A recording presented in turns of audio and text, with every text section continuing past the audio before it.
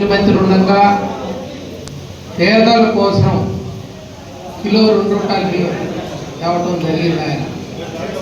అదేవిధంగా పెన్షన్ కూడా 30 రూపాయలతో అందరికీ, పేదలకి, ఇక్కడ ముస్లిమ్స్ అనే కాదు అందరికి కూడా 30 రూపాయలతో పెన్షన్ ఇవ్వడం జరిగింది. ఆ 30 రూపాయలని 70 రూపాయలు చేయటం కూడా తెలుగుదేశం ప్రభుత్వం ఇచ్చారు. 200ని 1000 రూపాయలు చంద్రబాబు నాయుడు గారు ఇచ్చారు. 1000 రూపాయలు మళ్ళా 2000 రూపాయలు చంద్రబాబు నాయుడు గారు ఇచ్చారు. తర్వాత 2000 నుంచి 3000 రూపాయలు ఇస్తానని జగన్మోహన్ రెడ్డి గారు ముఖ్యమంత్రిగా ఉండగా హౌసింగ్ ఇళ్ళు ఆ రోజు 8000 నుంచి 10,000 లోపల హౌసింగ్ ఇళ్ళు ఇంటికి వచ్చేప్పుడు తక్కువగా ఉండేది. ఎంతోమంది పేదలకు కూడా ముస్లిం కాలనీస్ కానీ ఇవన్నీ కూడా కట్టడం జరిగింది. మీకు అందరికీ తెలుసు, రంజాన్ తోఫా అట్టే క్రిస్మస్ కానీ పండగ కానుకలు కానీ ఇవన్నీ కూడా చంద్రబాబు నాయుడు గారు అందరూ పండుగలు బాగా చేసుకోవాలనే ఉద్దేశంతో అన్ని మతాల వారికి ఇచ్చారు. ఇప్పుడు రంజాన్ తోఫా ఈ జగన్మోహన్ రెడ్డి ప్రభుత్వం వచ్చిన తర్వాత ఇస్తున్నారమ్మా? ఇస్తున్నారా? ఏం రావటం లేదు. ఇస్తున్నారా లేదా? ఏమి ఇవ్వటం లేదు.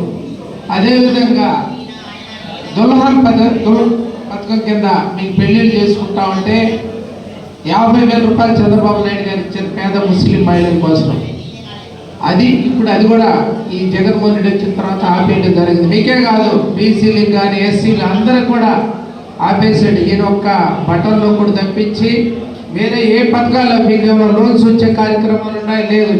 చంద్రబాబు నాయుడు గారు, ఎన్టీ రామారావు గారు తెలుగుదేశం ప్రభుత్వంలో లోన్స్ కూడా వచ్చాయి మీకు. ఈరోజు చంద్రబాబు నాయుడు గారు రేపు మళ్ళా ముఖ్యమంత్రి అయితే మీకు ఆ పెళ్లికి సంబంధించిన పెళ్లి కానుకని అంతకుముందు గతంలో 50,000 ఇస్తున్నాడు, ఇప్పుడు 1,00,000 రూపాయలు ఇచ్చేటట్లు ఆయన హామీ ఇవ్వటం జరిగింది. మీకు అట్లే హజ్భవనం కడపలో, హజ్భవనం మీకోసంగా హజ్భవనం కడపలో కట్టడం జరిగింది.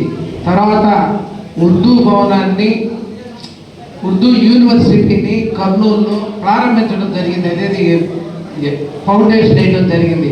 అది కూడా రేపు మన ప్రభుత్వం రాగానే అది కూడా కంప్లీట్ చేస్తారని చెప్పి కూడా మీకు అందరికీ తెలియజేస్తాం. అదేవిధంగా మీకు శ్మశాన వాటికలు కానీ, శ్మశానానికి కాంపౌండ్ వాల్స్ కానీ, తర్వాత షాదీఖానాలు కానీ చాలా గంటల నెంబర్ ఆఫ్ షాదీఖానాలు తెలుగుదేశం ప్రభుత్వంలో మీకోసం కట్టడం జరిగింది.